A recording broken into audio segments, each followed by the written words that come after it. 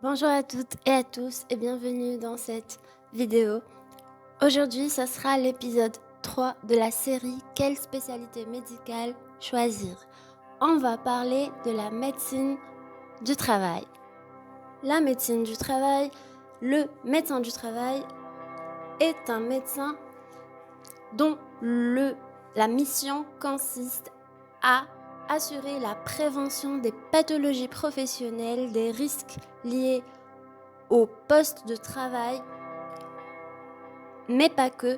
Ça consiste aussi à prendre en charge les pathologies professionnelles, que ce soit lié à la contamination, à la contagion. Ça peut concerner les travailleurs qui travaillent dans des entreprises où il y a une exposition à des gaz toxiques, à des matières toxiques, à des matériaux toxiques, voire au sang. Même les hôpitaux ont des médecins du travail pour suivre les professionnels de santé, les travailleurs en général qui peuvent être exposés aux pathologies infectieuses et aux maladies transmissibles par le sang. Les professions de l'agriculture ainsi que de l'élevage qui peuvent être aussi exposées à des pathologies transmises par les animaux, mais aussi toute entreprise ayant des salariés pour le suivi de leur santé, de l'adaptation de leur poste à leur état de santé, même en dehors de la présence d'un risque évident. Le rôle du médecin du travail est donc de prévenir, d'assurer aux salariés le statut vaccinal, de vérifier son état de santé s'il correspond au poste qu'il assure, mais cela est encore plus vaste que ça n'en a l'air.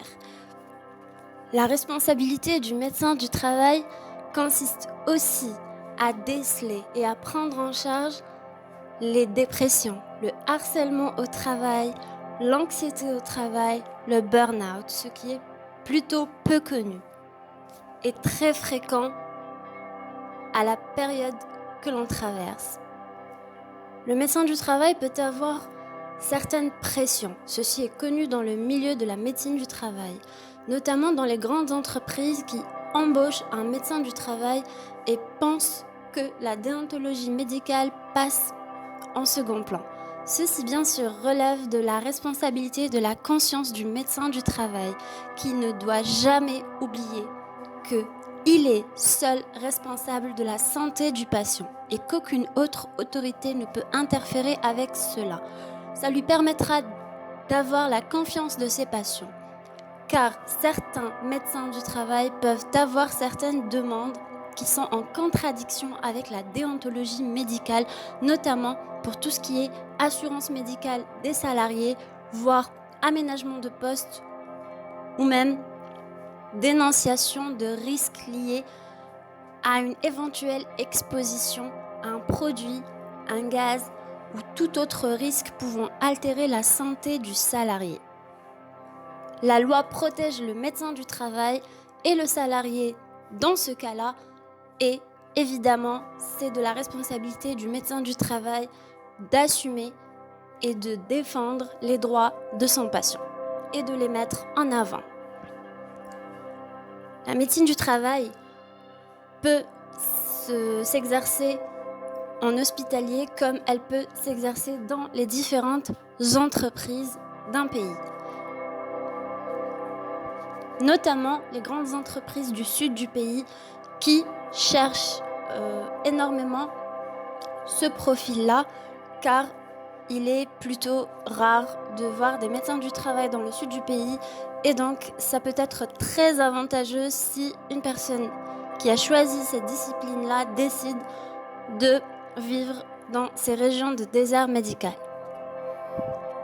Donc la médecine du travail, comme je viens de l'expliquer, peut être très riche malgré qu'elle se concentre sur le milieu du travail et du salarié. Le salarié reste un patient avant tout et le médecin du travail a pour rôle d'éviter les accidents de travail, de limiter le risque au maximum et d'assurer au final la santé et le bien-être du salarié et donc de l'individu. Voilà, c'était un petit aperçu, quelques informations que vous connaissez peut-être déjà, mais je tenais à parler de cette spécialité-là car ça me tenait vraiment à cœur.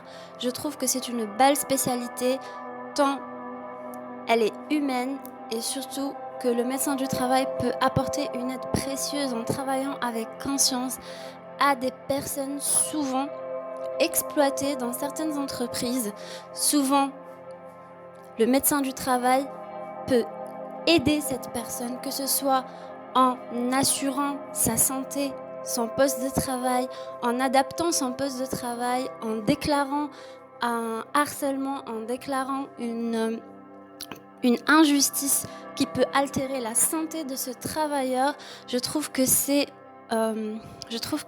une dimension très humaine que peut prendre cette spécialité-là. Alors, je tenais vraiment à en faire une vidéo. Voilà, j'espère que ça vous a plu. N'hésitez pas à vous abonner pour d'autres vidéos dans la série « Quelle spécialité médicale choisir ?» À très bientôt.